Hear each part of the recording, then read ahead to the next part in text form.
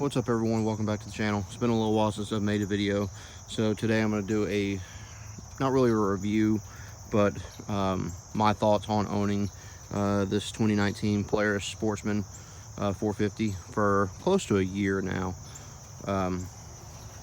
If you've seen my other video on it, I've done one, maybe two videos on this. I've done a couple upgrades to it. The big upgrades where I put a rack on the front. I've got my Mark 12 just bungeed down for right now. I'm gonna end up putting a couple rifle mounts on here, but I put the Polaris front rack on here. I put a Polaris brush guard, which I really like that, and also put a Polaris plug and play winch down there as well. Sorry if I just blocked the camera. But the install on this stuff was very straightforward, very simple to do. I did it in a couple hours. The only other things I've done to it is I put a rifle rack right here for my LMT M4 AR, and I put a bag back here, which is made by Moose. Yeah, Moose Utility Division.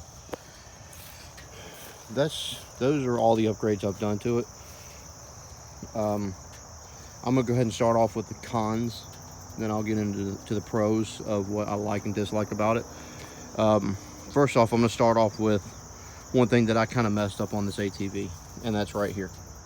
I busted this plastic off and I bent this right here, and I was trying to cut a trail, and just there was a vine that got hung up on my throttle when I was trying to back up away from some stuff. And the vine, when I was backing up, grabbed a hold of this and pulled and grabbed the engine, so I just backed up right into a tree.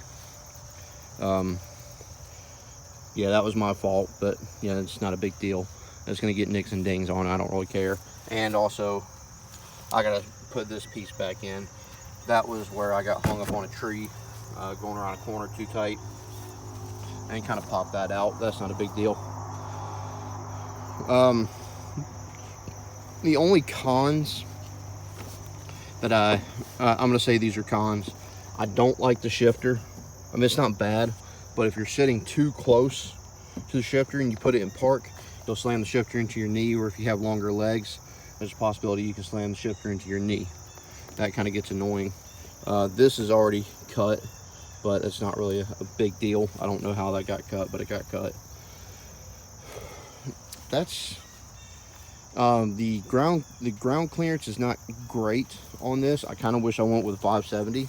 There is a little bit of difference between ground clearance between 570 and the 450, and the 570 has a little bit bigger tires as well.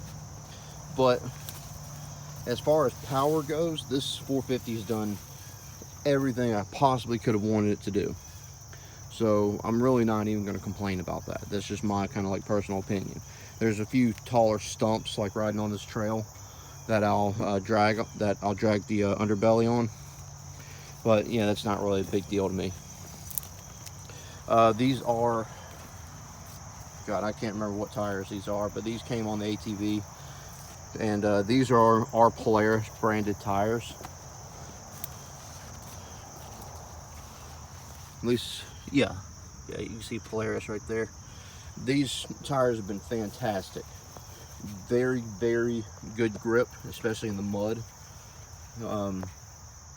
I've only had to use four-wheel drive twice that I've really had to use it. It's got good grip on rocks.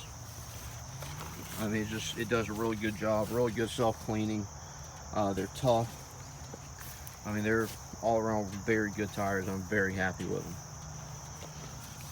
I do also have the Polaris hitch that goes down there. Now, I'm kind of getting into pros now. The ride quality is very good on this. The power on the 450 is great.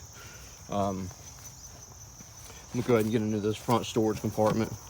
These are my riding gloves. They're Oakley hard knuckle Kevlar gloves.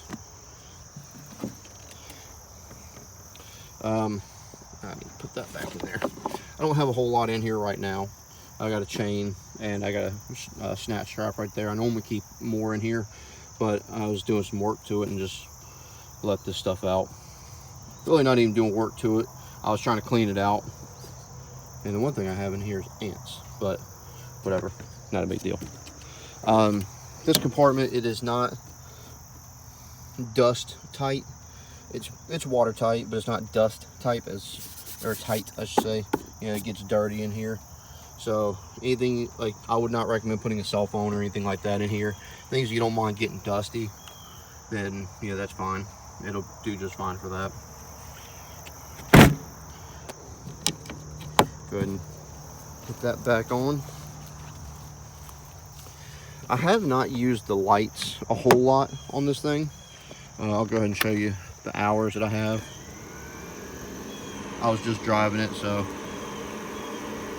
let's see. Yeah, 138 miles. I need to change the oil on it. So that's engine hours right there. Yeah, I need to service it. But yeah, I keep it on miles per hour, and go ahead and cut it off. One other complaint I have about the Polaris, and this does get annoying. This throttle right here. So if you have smaller hands or shorter thumbs, this throttle, holding it, your thumb all the way extended like this, trying to do the throttle, gets real old real quick. I don't know if there's a way you can adjust it. I don't think so, but I need to look into that. But you know, most of the time with these things, you're not going wide open. You know, you're barely feathering the throttle. And so if you're constantly doing this, especially trying to move around, that gets annoying. So I actually end up putting my thumb up here and doing it like that, which is a lot more comfortable. So there's actually like where you can kind of put your thumb right up in here like that, kind of essentially wedge it between the throttle and your full drive selector. That's okay for me. But as you can see, like right now, the way I'm sitting, this shifter's into my knee, so I generally don't sit that close. But sometimes, especially, you know, if you're going down a hill, you might slide forward a little bit, or changing your angle. You know, you might slide forward and not think about readjusting your position, and you put it in park and slam it into your knee. I've done that a couple times, so just be aware of that. And if you put it all the way forward, you know, I don't know if there's any type of aftermarket lever that changes this, but yeah, see, like right there, I just banged it into my knee trying to put it back in park. And most of the time, I rarely put this thing in park. It's in park right now for this video, but most of the time I'll pop it in neutral or just cut it off and put the brake on, so I don't have to deal with that much. But like I said, I need to pop that back in. The rear storage under the ATV is actually pretty roomy. I've got a little cheap ratchet set in here, and I've got a 5,000 pound strap, and the original kit is down in there.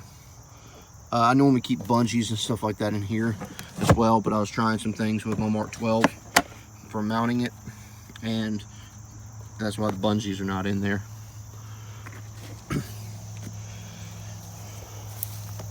And as far as this moose bag, I generally keep a lot more in here. I will replace this bag because it's not really watertight. Moisture gets in there very easily, so I will end up replacing this bag with a box. But I've got a long sleeve shirt in there. Hand warmers are in there. My bottle of water is in here. I got some 550 cord in there.